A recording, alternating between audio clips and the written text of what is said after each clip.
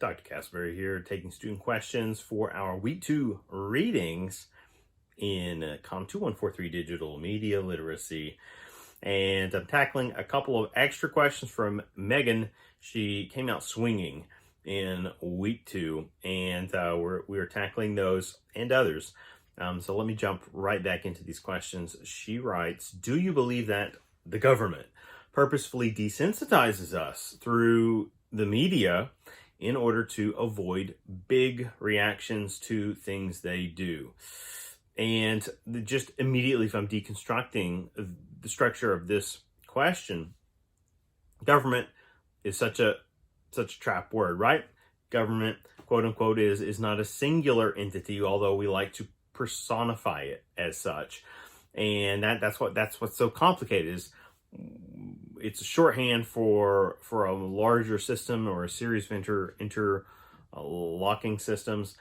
But as it not being a singular entity, there are many, maybe inside and outside of government, that like to progress this idea, right? This conspiracy that big government maybe is out to get us, right?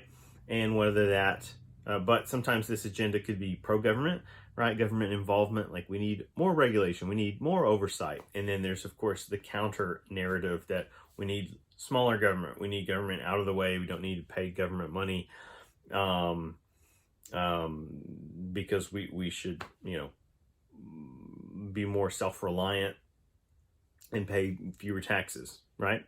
And notice how these types of ways of thinking embrace one of those early terms that we looked at in the class. We asked you all to meditate on oppositional theory, right? And so we can see how that works, and it works in a highly persuasive ways to move people, and sometimes that is to aid government. Sometimes it's just simply to aid, a given party in their policies, right? So government is constantly, it's cyclical, it rotates, and there's plenty of healthy reasons we can appreciate that. But as a singular entity, it's tricky to peg down. Not all government figures want the media spotlight shown on them, and then others want to use media to shine a spotlight on their their opponents. You see, or to bring attention to a given issue, a given piece of legislation or policy that they are invested in. And then, of course, we always want to ask the question of, well, why are they invested? What is their vested interest in a given policy? And so that's what we learn about in social studies and government classes, right? Growing up, is that system of checks and balances. And mass media, news media is supposed to play a gatekeeping role in creating a flow of exchange of information, of ideas. It's when the media becomes overly invested in the dramatization of the political process of quote unquote culture wars that we find ourselves in. I'm going to use an argumentative fallacy here. We find ourselves in a slippery slope, right? Increasingly downhill at high speeds, gathering momentum toward at odds, right? In opposition. And there we go. Opposition again.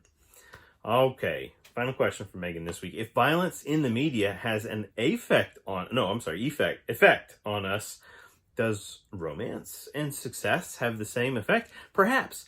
And this is where it's really tricky, right? This is why media studies is such a valuable area for us to be invested in when we're studying communication. But media effects are real, but media affects people differently.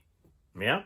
It is impossible to determine a singular impact based on diverse modes of reception from people, from audiences, or from consumers of media or news or mass communication. And so two sub-disciplines come to mind that are worth mentioning here, that are in conversation with what we do. And so when we talk about disciplines, there are people out there that actively a larger part of their job, their role in higher ed is performing research, is performing data analysis, or developing both humanities-based but also social sciences-based research on areas connected to media. And so two of those that I'd like to mention here are effects studies. This came first, right? Early mass communication history in terms of like our discipline's history, the research history. The kind of cultural cachet, the obsession for researchers was media effects, what they called media effects. And over time, ultimately, what we learned is the results are inconclusive. Can't prove that media just because media impacts a person one way, but they're 1 out of 100 or 1 out of 1,000 or 1 out of 10,000, 100,000, and so on. That's inconclusive results, right? That's suggesting that, media has different effects on people. And perhaps it has a lot to do with the way they are predisposed to receive the media, right? So media effect studies kind of, hit an impasse, although it doesn't make it any less valuable. Not only early results, but continuous research. Another area that's emerged in recent decades is reception studies. And sometimes this is tied with the phrasing audience and reception studies, audience or reception studies. And this is the study of how people receive media, right? How not just what it is to be constituted, what it means to be produced, and sort of like the potency of its messages, but instead also examining, well, what about the role the audience plays and how it impacts people. And I think that's valuable and important. And arguably, we've seen internet culture thrive because they are utilizing that type of focus, that type of methodology. It's very user driven. Let's look at a question from Luan, who is drawing upon our Jean Baudrillard video of the week. All right, the video about Jean Baudrillard got me very interested. So I researched the scholar further. He says that, quote, Disneyland exists in order to hide that it is the, quote, real, end quote, country. So that's real in quotation marks. All of real America, that is Disneyland.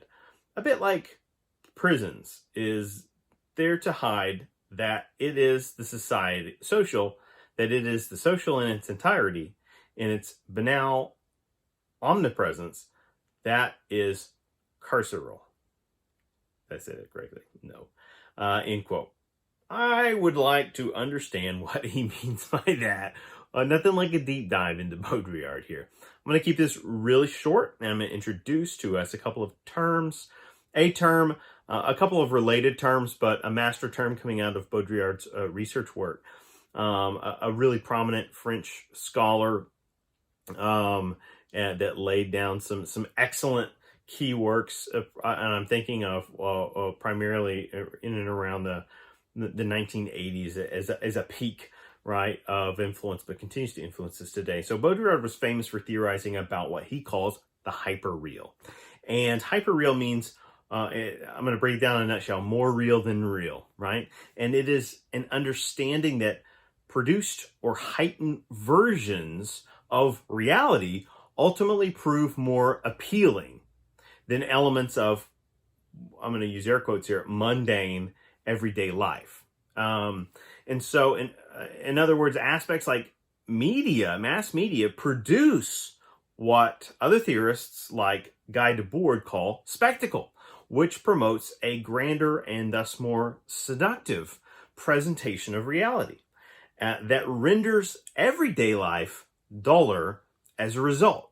Two examples that come to mind would be IMAX, the IMAX movie theater experience. Have you all been to an IMAX screen, right? It's so large. The sound is so impeccable. It is, whether it's children's animation or some, blockbuster, it is face melting in terms of an experience and is pure spectacle. And it reduces everything around you to a minimalist fashion, right? You are drawn in. And another example that's much more intimate and immediately relatable for us would be LED lit smartphone screens, right? These screens that have continuously increased pixelation. And so these screens, and let's draw a companion example in here with them. Not only the screens, but the advent of the social media scroller, right? This idea of like an endlessly scrolling site that is all pointing, right? All the arrows pointing inward.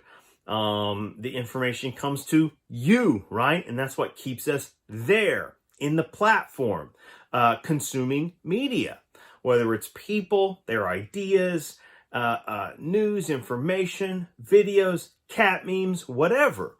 This is a sign of both spectacle and the hyper real, right? And so we can recognize, just having a conversation, the drawbacks. The drawbacks are because this type of media is so seductive, the rest of the world can feel vanilla, for lack of better terms.